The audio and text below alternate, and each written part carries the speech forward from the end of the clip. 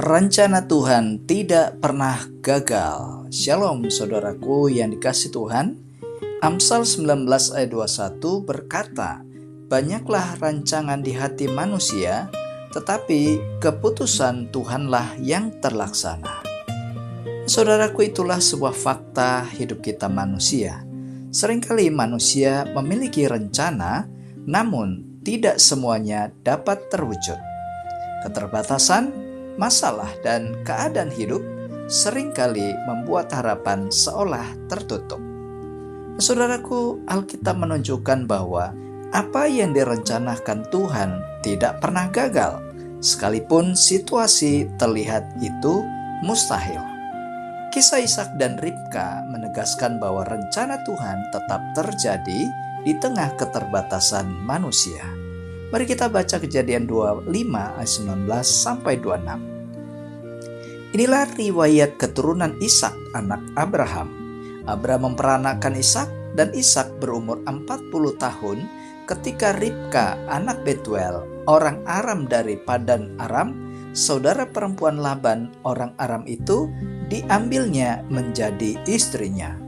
Berdoalah Ishak kepada Tuhan untuk istrinya, sebab istrinya itu mandul.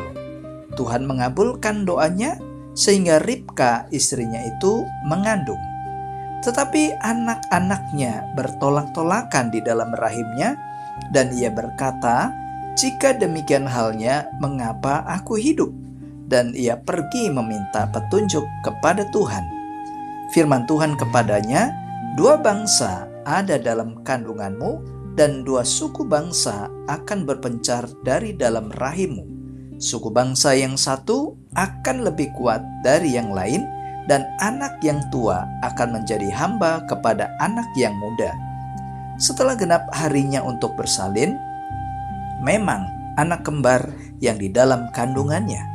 Keluarlah yang pertama, warnanya merah, seluruh tubuhnya seperti jubah berbulu, sebab itu ia dinamai Esau.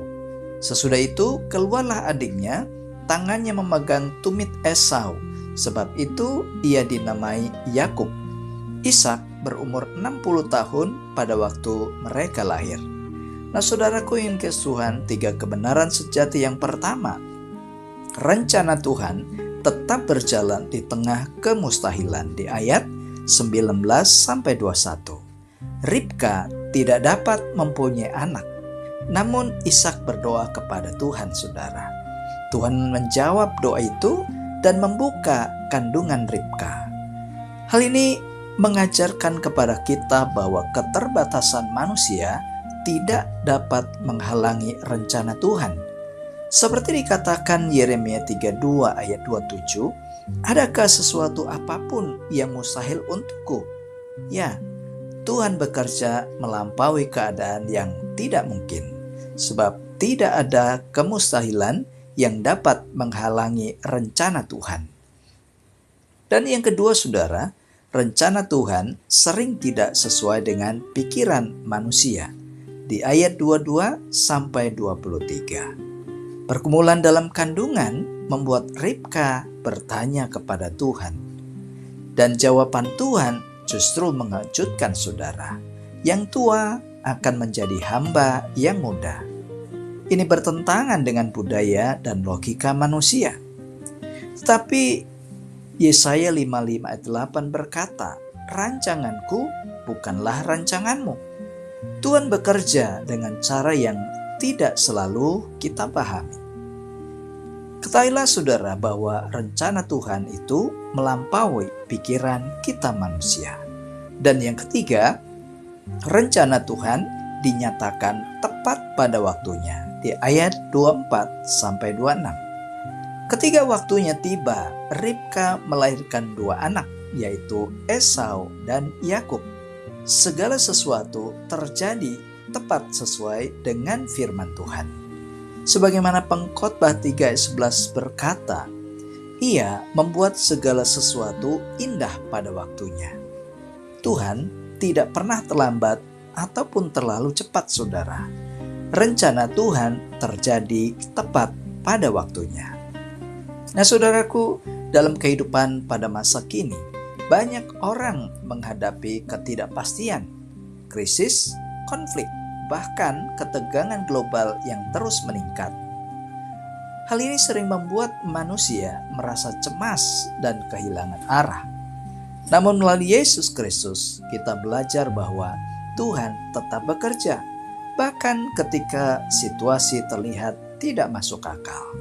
Sebagaimana Roma 8 ayat 28 mengatakan bahwa Allah turut bekerja dalam segala sesuatu untuk mendatangkan kebaikan bagi orang yang mengasihi Dia.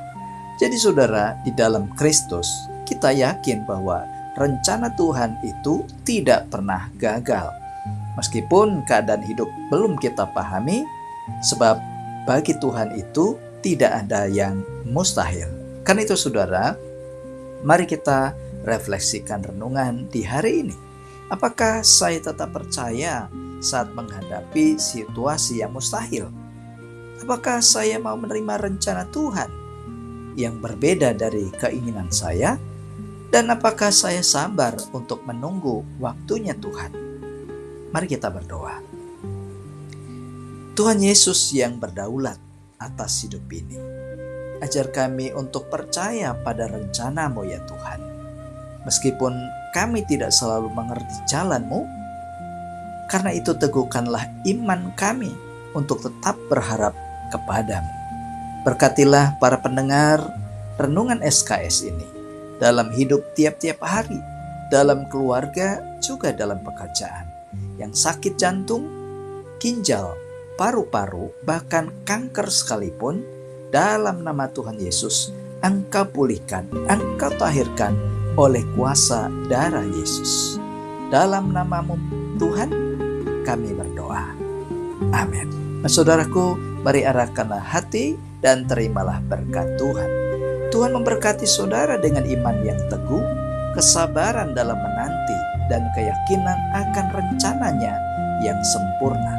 Dan damai sejahtera Allah yang melampaui segala akal akan memelihara hati dan pikiranmu dalam Kristus Yesus dari saat ini sampai selama-lamanya.